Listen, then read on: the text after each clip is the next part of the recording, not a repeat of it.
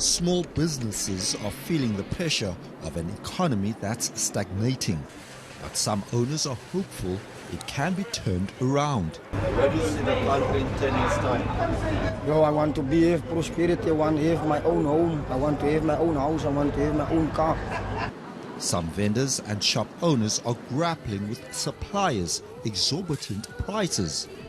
They say cheaper supplies could lead to more job opportunities. We can also to improve according to the good prices. If the farm, they are producing more fruits, so according to the business workers, they must get a nice price. Locals also face stiff competition from foreign shop owners. I-rate yokuba abantu ababhadala i-tax bambalwa kakhulu. Ndizakwenza umzekelo apha eBellville. Apha eBellville kurana iSomalis. Ama-Somali lana lapha eBellville awayibhadali i-tax. Fixing the economy won't be a quick process, but small business owners are optimistic they could provide a solution. The finance minister seems to acknowledge the importance of SMMEs in his economic proposal, saying government should be charged interest if they fail to pay businesses on time. Ronald Masinda, Cape Town. Spaza shops are one of the backbones of the township economy. It provides residents with essential groceries they'd often have to travel far to buy. But if ShopRite opens more smaller stores in townships, Spazas could feel the pressure. Lungisile Dlaza inherited this Spaza shop from his father, who opened it in 1995. He's worried about what will happen to his business if ShopRite opens nearby. Dlaza believes the supermarket giant should find a way to collaborate with Spaza shops. If it will operate as a Spaza shop, then it will be a very, very, very big downfall. My suggestion would, if these people they come, maybe like around Lagim, why don't they come and empower me now with, okay, we are looking at this place, so let's try to make a package for when now with, okay, let's franchise you so that we can share the cake. You know, franchising is like a partnership and it, yes.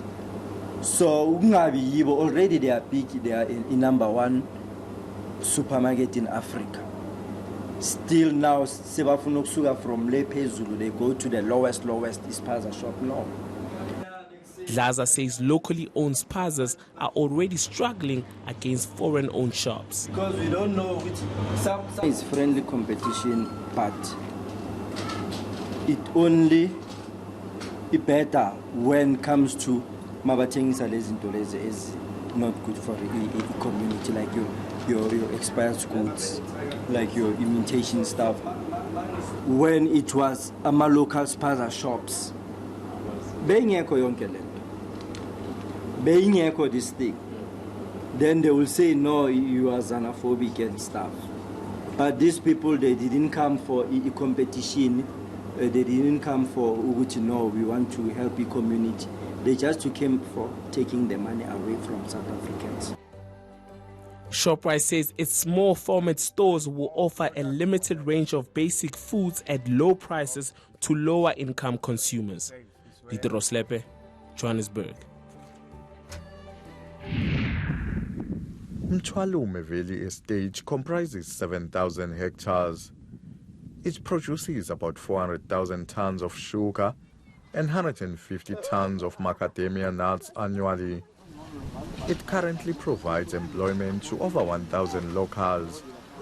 But the current tensions are compromising its future. And that's why today we said we would listen individually to each group and then we'll bring them collectively to find the solution to the issue. It may be that today they may come up with a solution themselves. It may be that we may require an independent, investigator.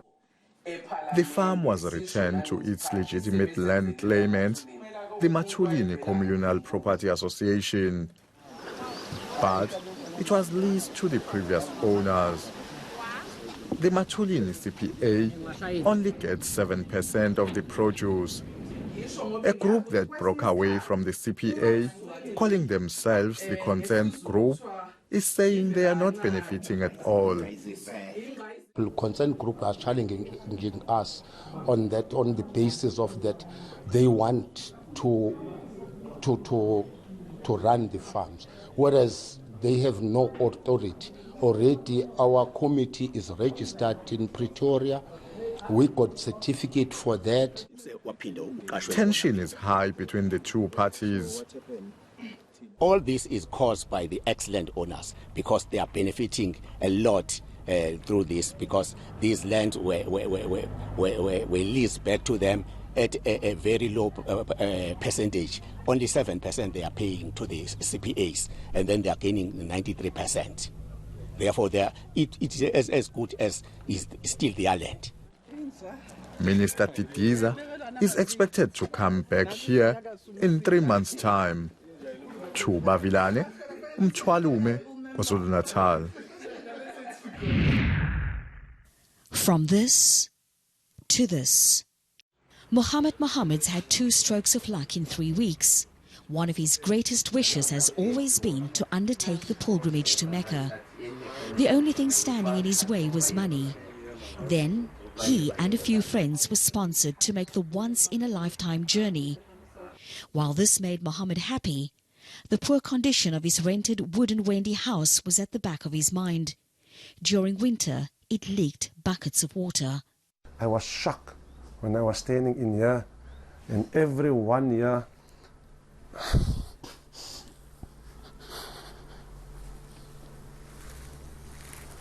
not for that.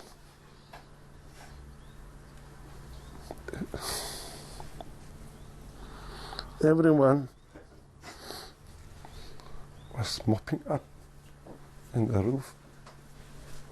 The rain was pouring in. Community volunteer Adam Murat asked residents and business people to help. They decided to fix Mohammed's house while he was away. On the day of his arrival back in South Africa, they were still busy with the finishing touches. And was Mohammed in for a big surprise? When I enter that gate, I lift my face up and I look, I fall into tears. I fall into tears. This whole place was full of people. He's thanked those who helped turn his house into a home. Aisha Ismail, Cape Town. While the finance minister suggests that debt-ridden power utility Eskom sells off its coal-fired power stations to raise 450 billion, Eskom says that's not going to happen. That's according to the chair of the Standing Committee on Public Accounts following a meeting with Eskom's board. As far as Eskom is concerned, in the meeting that we had, they're not in agreement with the fact that they should sell off, and that is in their decision to make. But with the shareholder, what in any eventuality, whatever happens, they must know, whether it's the shareholder or Eskom, that our expectation is that the due process must be followed within the parameters of the law. Scopa was on a fact-finding mission to 2 of Eskom's costly power stations that after a decade are yet to be complete. The first is Medupi, which when construction started in 2007, it was estimated to cost 79 billion to finish. It's still incomplete with an estimated total of 146 billion rand needed to complete the job. Kusile was estimated to cost 81 billion, but that's escalated to 161 billion. Scopa member Alf Lees, who was part of the fact-finding visit, suggests that there could be more costs involved. With Medupi, the big concern there would be the concern about the lack of what they call a FDG, which basically is the removal of pollutants, of sulfur pollutants, from the power station effluent. And so that's going to cost about 32 billion, which hasn't been costed into the 146 billion. The word here is that Medupi power station should be complete next year, while Kusile in the next 3 to 4 years. Aviwe Mtila, Johannesburg. then I just want to say, like, we are looking for you. We're doing what we can. Don't lose hope. We know that you need us, and we've got you.